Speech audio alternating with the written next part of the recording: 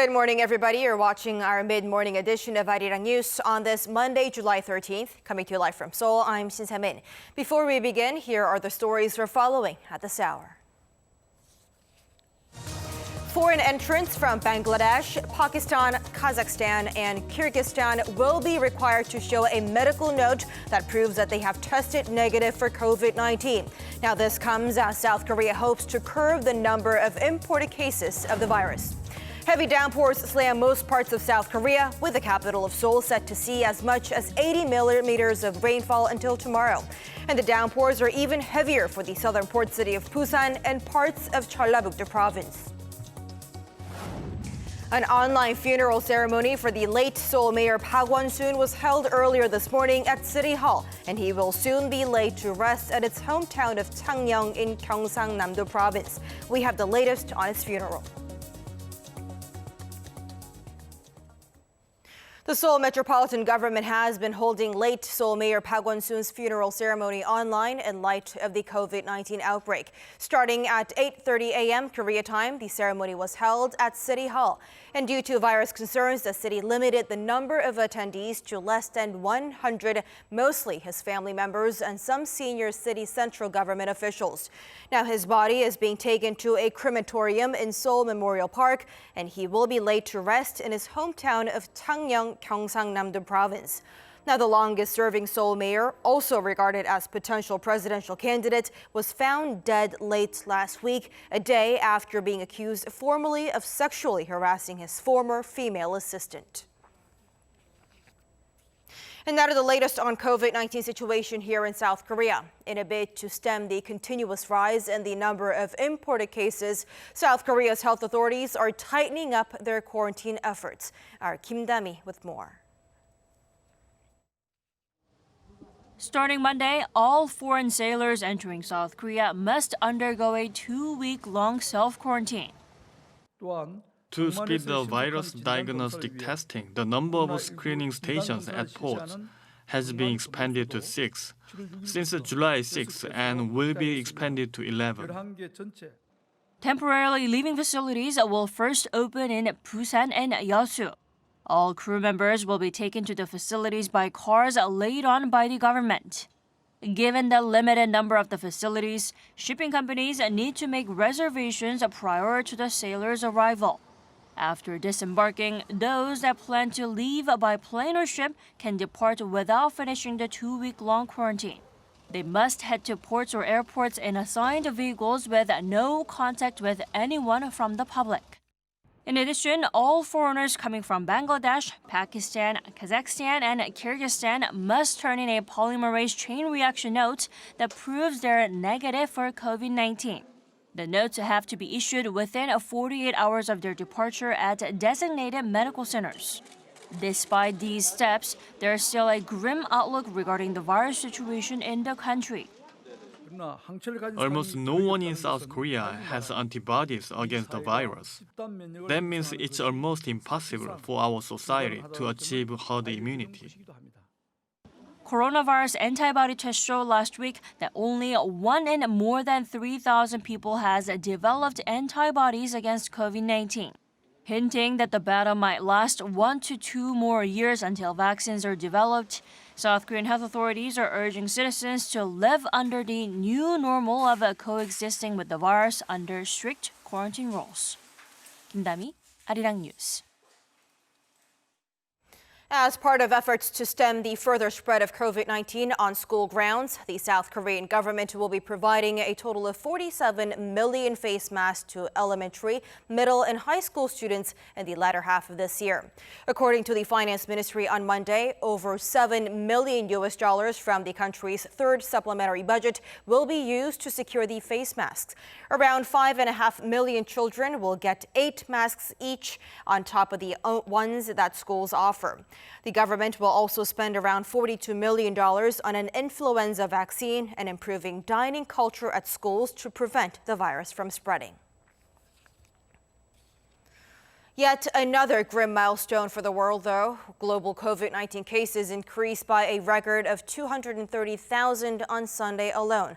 According to the World Health Organization, that's 2,000 more than the previous record set on Friday. Looking at it by continent, North America is mainly responsible for the spike, followed by Southeast Asia, Europe, and Africa. And looking at it by country, the U.S. reported another record increase on Sunday alone with over 66,000 new COVID-19 infections. Has Russia become the first country to develop a COVID-19 vaccine? Moscow says it has successfully completed trials on humans, but no further details on when the vaccine will be released. Our Kim Hyo-sun with more. As countries around the world pour all their efforts into winning the race to develop a COVID-19 vaccine, Russia has reportedly completed clinical trials proving the effectiveness of the vaccine. Quoting the head of the Center for Clinical Research on Medications at Sechenov University, Russia's news agency TASS reported Sunday that the research is done and they've proven the vaccine is safe. The volunteers who participated in the trials will be discharged on July 15th and 20th and will remain under medical supervision after being sent home. There was, however, no further information on when this vaccine, developed by the country's Gamaleya National Research Center for Epidemiology and Microbiology, would enter commercial production. Meanwhile, German scientists have found that COVID-19 antibodies may not last longer than a few months, dampening hopes for long-term immunity. An antibody study carried out by a medical clinic in Munich showed that in 4 of the 9 patients, there has been a significant drop in the amount of neutralizing antibodies. This suggests that recovered patients can contract the virus again. Against this backdrop, experts in the U.S. say an antibody-rich blood plasma injection could be the next best thing to an effective COVID-19 vaccine.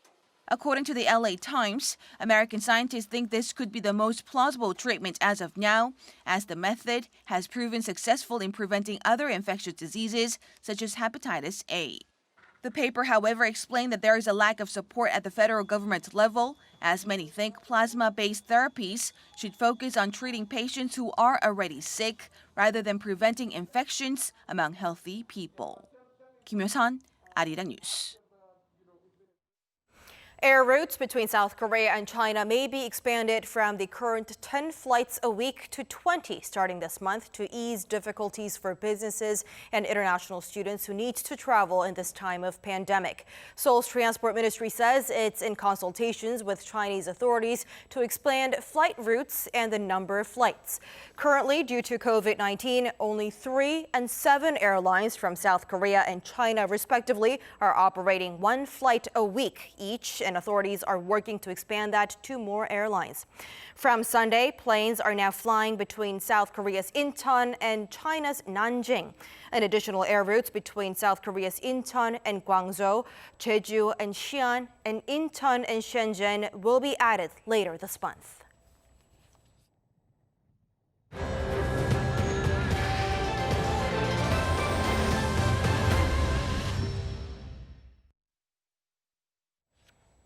John Bolton claims there is no hotline between President Trump and North Korean leader Kim Jong-un. Speaking to a South Korean newspaper via video chat, Trump's ex-national security advisor said his former boss says a lot of things that aren't factually correct. And shortly after the Singapore summit 2 years ago, U.S. President Donald Trump said he passed a direct number to North Korean leader Kim on which he could be reached. Bolton was also pressed on the likelihood of the Trump administration pulling American troops out of South Korea. He said President Trump may forge ahead with the plan despite opposition from U.S. Congress. And Bolton added that the National Defense Authorization Act does not override a decision made by the president as laid out in the U.S. Constitution. He said withdrawing U.S. troops from South Korea, Japan, and other nations is an item on the real list. In other words, something Trump is seriously considering.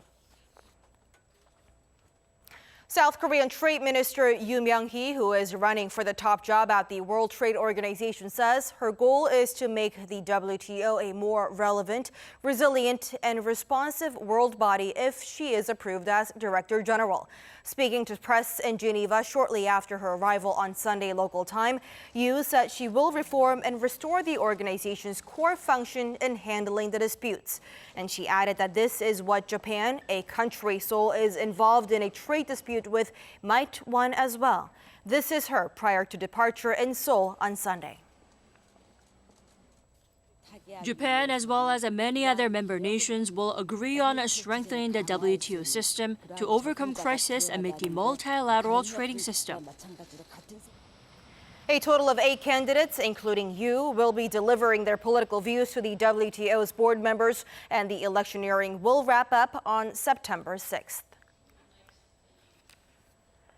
The de facto deadline for South Korea to decide next year's minimum wage is fast approaching, with labor and business still no closer to an agreement.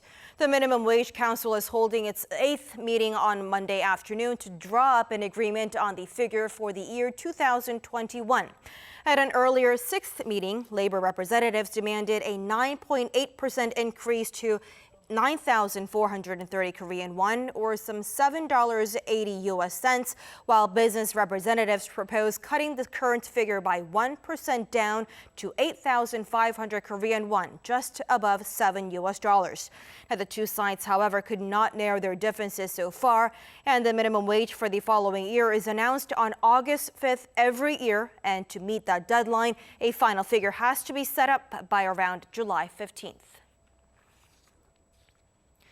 Tottenham Hotspur's South Korean forward Heung-min tallied his 10th English Premier League goal and 10th assist of the season on Sunday, helping his team beat their ARC North London rival, the Arsenal.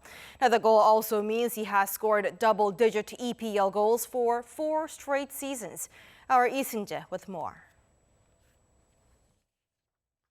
Going into the North London derby against Arsenal on Sunday, Tottenham Hotspur's Heung-min had 9 goals and 9 assists for the 2019-2020 season.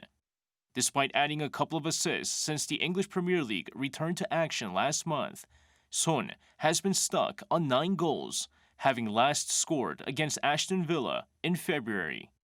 But with Tottenham needing a win against their arch-rivals, Son found the back of the net in the 19th minute to level the match at 1-1, before his 81st minute corner found the head of defender Toby Alderweireld, making it 2-1 and giving Spurs the 3 points.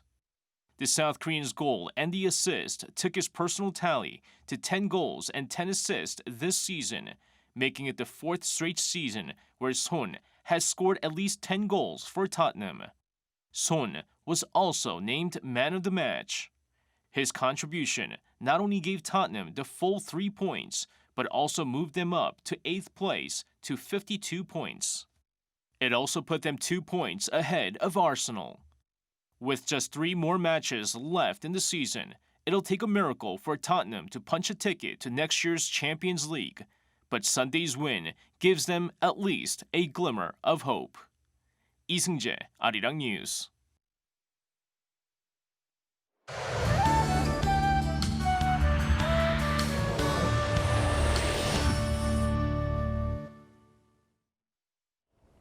Good morning. It's been a rough monsoon season for those in southern parts of the country. Yet another band of heavy monsoon rain is pounding southern regions today. Well, it's been pouring down in the Gyeongsang-do provinces for the last couple of hours, as we can see. So heavy rain alerts are being expanding to more southern regions.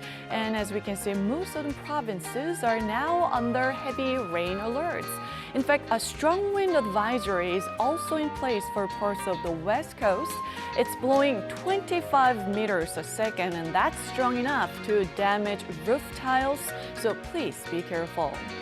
And brace for some extreme weather through tomorrow afternoon. There will be strong winds and downpours. Expect up to 100 millimeters for southern parts of the country, while East Coast could see up to 150 millimeters. Seoul and other regions will see 10 to 80 millimeters. And afternoon temperatures for today will be only in the low 20s for most regions. Seoul getting up to 23, Gyeongju at just 20 degrees this afternoon. That's Korea for you, and here's the international weather for viewers around the world.